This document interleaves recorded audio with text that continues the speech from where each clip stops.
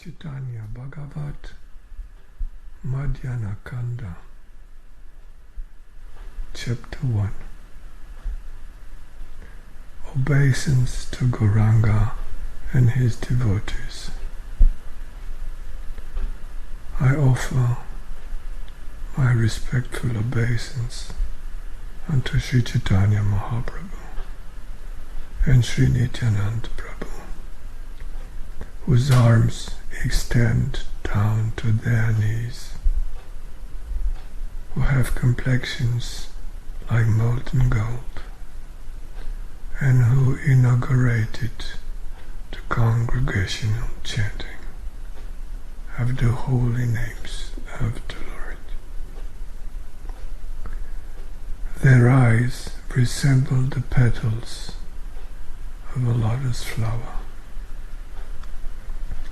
They are maintainers of the living entities, the best of the brāhmaṇas, the protectors of religious principles for this age, the benefactors of the universe, and the most merciful of all avatāras. O my Lord, you are existing in the past, present and future, yet you are the son of Sri Jagannātha Miśra. I offer my repeated obeisance unto you, along with your associates, your sons, disciples, and your consorts, Viṣṇupriyā, who is Bhū-śakti, Lakṣmīpriyā, who is Śrī-śakti, and Navadvīpa-Nīlā, which is Lila, Lila or Durgā.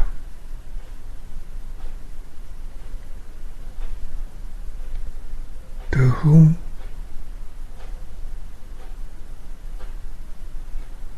accord the devotional principles, which are here referred as the two Gadādharas, Narahari, Rāmānanda, Jagadānanda, and others. All glories to Viṣṇupriyā, Gaura, the king of the brāhmaṇas. All glories to the society of devotees who are dear to Viṣṇupriyā. All glories to the most sober Gaurachandra, who shows the limit of prescribed duty, which is attainment of prem for Shri Krishna. All glories to his most attractive form, which is the embodiment of the congregational chanting of the spiritual names. All glories to the friend, wealth, and life of Nityānanda. All glories to the abode of spiritual love of Gadādharas and Advaita. All glories to the dearest one of Jagadānanda. All glories to the heart of Vakreshvar and Kashishvar. All glories to the Lord of the devotees, headed by Srivas. O Lord, please bestow your merciful glance on the living entities. The topics of Madhya Kanda are just like drops of nectar, and the hearing of these narrations vanquished the false idea from within. Oh dear brothers, please hear attentively the topics of Madhya Kanda, wherein the inauguration of the Sankirtan pastimes is described.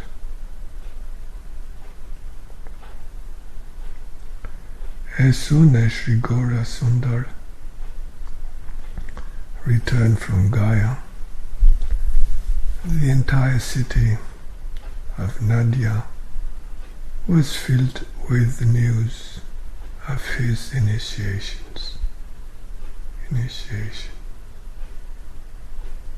All the Lord's friends and relatives came running to see him.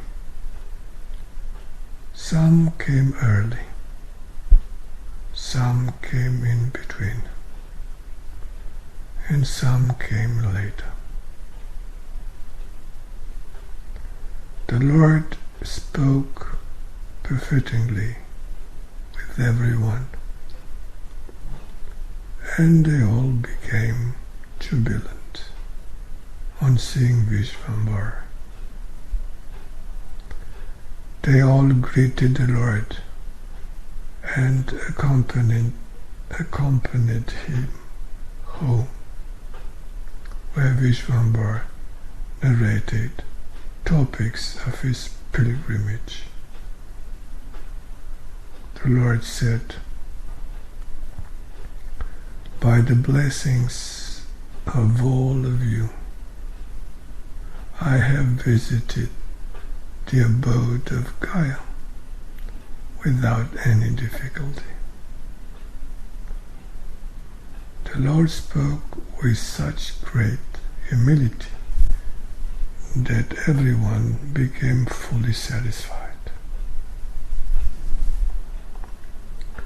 Some persons placed their hands on the Lord's head and said, "Live a long life." Others touched his various limbs while chanting mantras.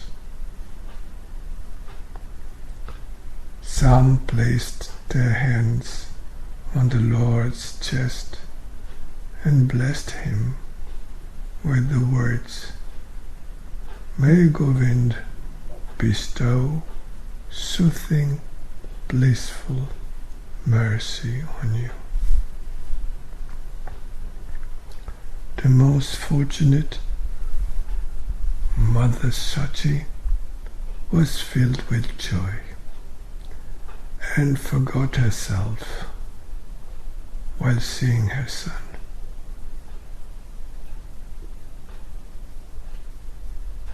The family of Lakṣmīs,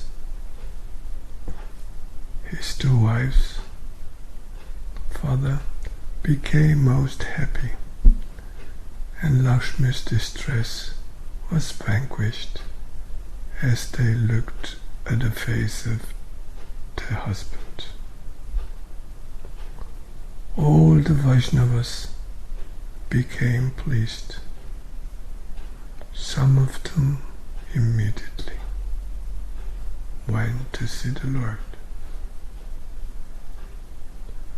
After the Lord humbly spoke with everyone, he bid them farewell, and they all returned to their homes. The Lord then took a few devotees to a solitary place to discuss some confidential topics. The Lord said, "O friends, please hear about the wonders of Krishna that I have seen.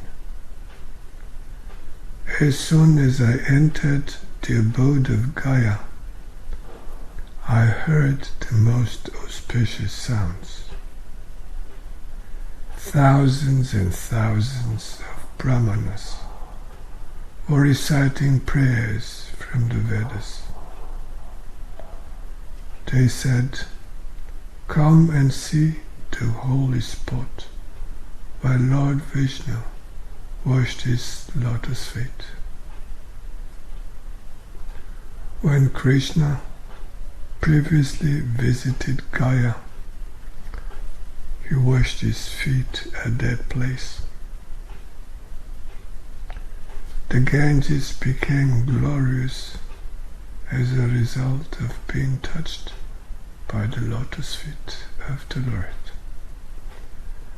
And Lord Shiva realized the glories of that water by holding it on his head. By the influence of the water that washed the Lord's lotus feet, that place has become famous by the name Padodaka-tirtha. As soon as the Lord repeated the name of Padapadma-tirtha, tears began to incessantly flow from his eyes. Eventually, the Lord lost all composure and began to cry profusely as he called out the name of Krishna. The flower garden became moistened with tears of love, and the Lord sighed deeply while chanting the name of Krishna. The Lord's entire body was decorated with hairs standing on end, and he was unable to remain still as his body began to intensely shiver. Sriman Pandit and the other devotees all watched as the Lord cried out of intense love of Krishna. Tears of love flowed from the Lord's eyes in all directions, as if the Ganges had appeared there. Everyone there was struck with wonder and thought, "We have never seen him like this. He must have received the mercy of Lord Krishna. Or perhaps he has seen something wonderful on the way."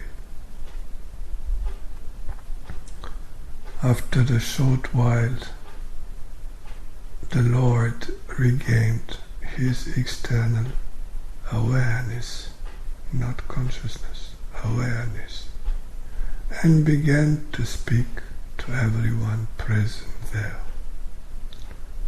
The Lord said, "All friends, please return home today. I will tell you where to come so that we may meet tomorrow.